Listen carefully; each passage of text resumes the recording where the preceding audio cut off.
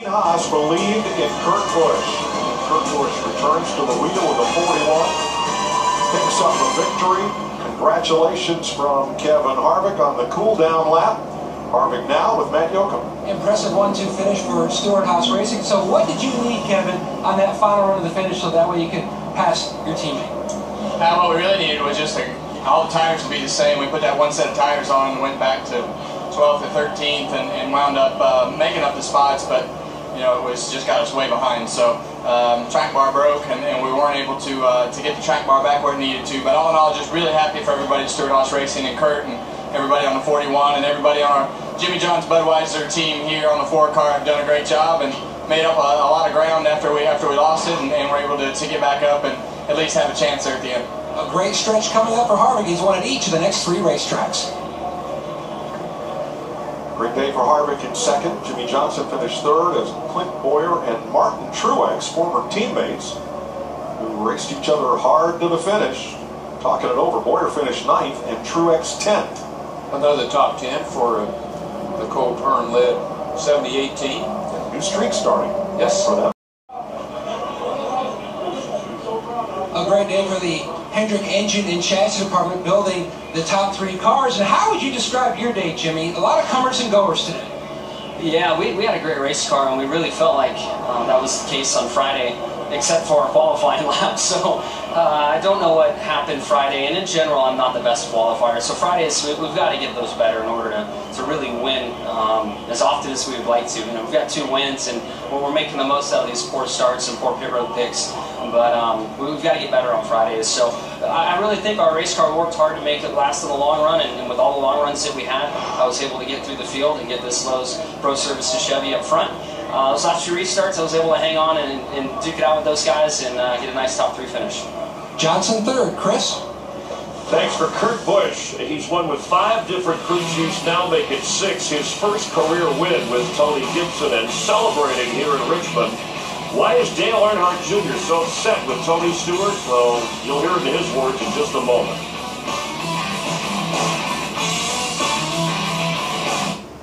Year-old Kurt Busch, those 3 races suspended. He hoped, but he didn't know if he'd ever be able to race again, let alone win again. But the confidence of his race team, his owner, and the Kurt Busch fans, and finally in victory lane, he had the most laps led coming in of any driver who had not yet won a race, but he took care of that today. We'll see Kurt Busch in the chase. Tony Stewart coming off his best finish of the season, but off to the worst start in any career year. Mixes it up here with Dale Earnhardt Jr. Yeah, you can see Junior clears the 51 car, and when he doesn't run against the wall. I think Tony kind of expected Junior to be up higher. They made contact, but that short track racing, man, you're going to have that. Tony Stewart declined comment afterward. He was okay. Here's Jimmy Little. Dale Earnhardt Jr. brings it home 14th, and it seemed like your car was really good on the long runs, Junior, especially the middle of the race. But you end up getting together with the 14. What exactly happened there? I don't know yet. That's him. He hit me in the left rear quarter panel. I was trying to clear the 51 on the outside of me, so I was as high as I could go. So that's him. Thanks, Jimmy. Yeah.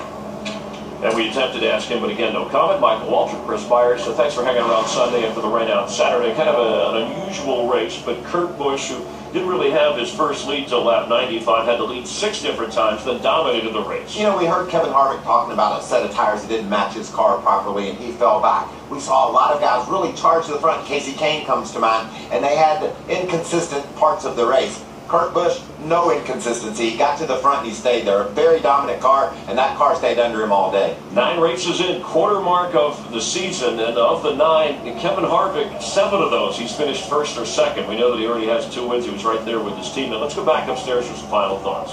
Well, I still go back to that moment in the race when Brett Moffitt was limping around and Kurt Busch dive bombed Brad Keselowski. It was a desperate pass just before the caution came out. Put him in position to win. It really did, but when you have a car that dominant like they had today, the 41 car, the only thing that can beat you is yourself.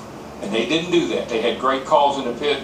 The crew chief did a great job. The team did a great job. Kurt drove flawlessly, perfect day. Yeah, it was a day of comers and goers, like Joey Logano, who sat on the pole and led a number of laps and then faded. But it just seemed like Kurt Busch and Tony Gibson, that 41 team, they were good when the track was green at the beginning, a lot of rubber thin, short run, long runs. It did not seem to matter with that 41 car. Now he led 3/4 of all the laps today. Dominating performance, Chris. A third away from the chase, and these are the guys that are in. Chase what matters. These are the standings. You win, you're in. That's the theory. 7th different winner. So, Michael, there were really now just, 9 spots available the rest of the way to get into NASCAR's playoffs. Yeah, we saw last year you needed a win to get in. Ryan Newman snuck in late in the going, but you better get that victory. We're going to a place next week, Chris, where all bets are off. There's a lot of cars that can win at Talladega, but you better get a win to be a chase guy. Joey Logano, I should say, has a win. Dominated early. He's standing by with Jamie Little. Well, Joey Logano leads 94 laps, brings it home in top 5. Seemed like the car to beat there for a while. Joey, where did things just kind of change in that 41 get away from you? Well, we had a decent car to take off in the beginning of the race, but we just weren't very good from lap 12 to lap 60 or 70 in a run. It wasn't until late in a run before our Shell 1004 started gaining some speed back to the field, but we could never make up what we lost in the middle of the run. So had some fun at the end of the race, got some good restarts and made up some spots, and we had great pit stops, great pit stall, which kept us up towards the front all day, and we rallied for a top 5 out of the whole thing. So that was good. Just got to figure out how to be a little bit better in the middle part of the run when we come back. Joey Logano, 2nd of points. Another great run by Jimmy McMurray in the 1 car. So when you look back on this day, where the segment of the race do you feel like your car really came on? Well, our Energizer Eagle Advance Chevy was just good on the long run. You know, it wouldn't take off real quick, but after 30 laps, it was about the same as the leaders. And then it was so much fun at the end to be that much quicker than those guys. It reminded me of kind of the old Darlington or old Rockingham, when somebody would take off and then there would be the guy that couldn't go that would come at the end. So it was a lot of fun to get to be that guy that had the speed at the end. Kurt's car just took off so much faster than ours, but really proud of our guys. We had a little bit of a hiccup in the pits at the beginning, and those guys did a good job of kind of brushing that off and giving me good pit stops toward the end. So really proud of our crew. We've run so good this year, and it feels really nice. Thank you, Jamie. 2nd career Sprint Cup Series race. The goal was just to finish all the laps, what your crew chief told me, and to finish maybe top 20, and you finished 16th. What did you take away from today? I felt like we had a really solid day overall. I was a little disappointed there at the end that I fell back and couldn't go on the restart. But overall, everybody on our NAPA team did great this weekend. I thought we had a fast car, especially in race trim. Guys made good adjustments to qualify where we did, and had a great car in the long run. I mean, we could really run well and run some guys down late into a run. Unfortunately, it always comes down to the short runs of these things. So we'll try to get better and hopefully try to have a better after Charlotte. We'll see Chase Elliott back in a Cup car in 1 month from now. Thanks, Jamie. Jeff Gordon of the future. He won't be running at Talladega, May, Charlotte, but certainly his performance based on what he went through at Martinsville. Yeah, he left Martinsville thinking, what is this Cup stuff all about? It wasn't any fun at all. He comes here, he talked about that good long run car. There was a point in the race, he was the fastest car on the track, drove all the way up to the top 10. He proved to himself and his team today, I can run with these boys, I can beat them because I was faster than they were today. You'll be running with the boys next Sunday at Talladega. I'll mix it up with those guys too. I can't wait. I love it out there. We always like to see you in a fighter suit. Thank you. That means you're not in here for all the I kid, you know that. Kurt Busch all smiles today. We'll wrap up Richmond in just a moment.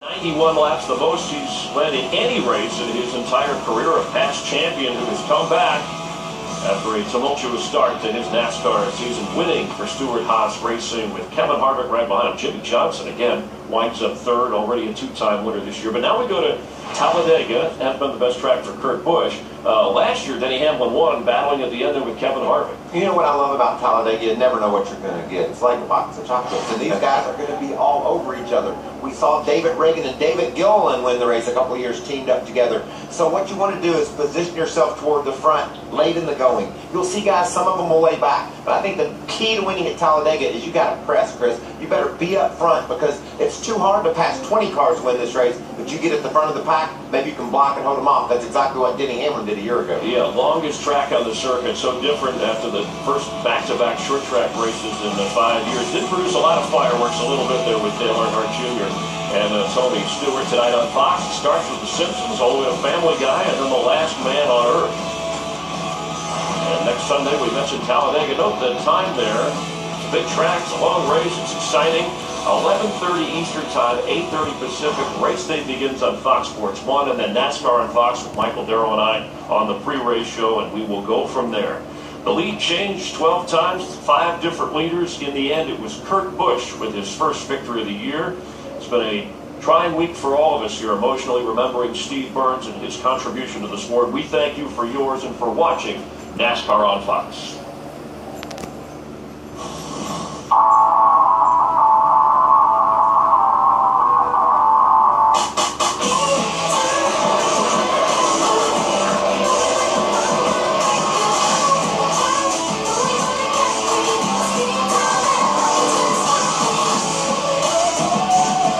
Kurt Busch has his 26th Sprint Cup win.